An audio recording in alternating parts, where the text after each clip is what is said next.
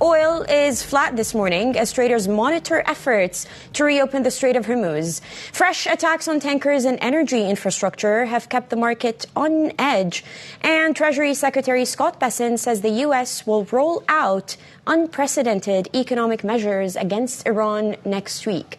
So for more on all of this, we're now joined by Stuart Livingstone-Wallace, Bloomberg's head of the Middle East and North Africa.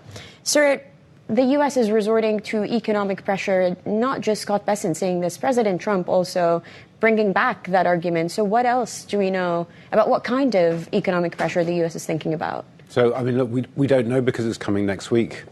And it's going to be very hard to guess in advance because Iran is probably one of the most sanctioned countries on the planet. You know, they've had 4+ decades of sanctioning thousands of individuals, more or less chopping off all trade. So we presume they'll go after shadow banking. We presume they'll go after crypto if they can. That's a very difficult one, but that clearly is, you know, heavily relied on by the Iranians.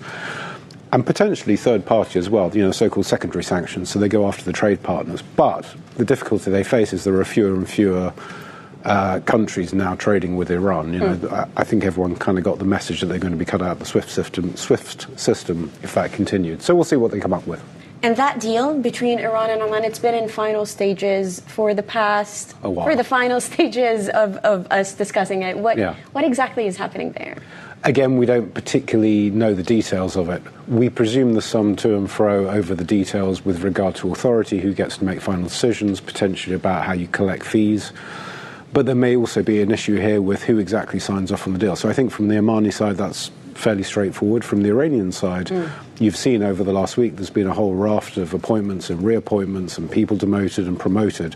So there clearly is a fairly serious change of control within Iran and definitely competition between various factions. So it may be, and this is speculation, but it may be that they're sort of waiting to make a final decision because they're kind of reordering the deck chairs, as it were.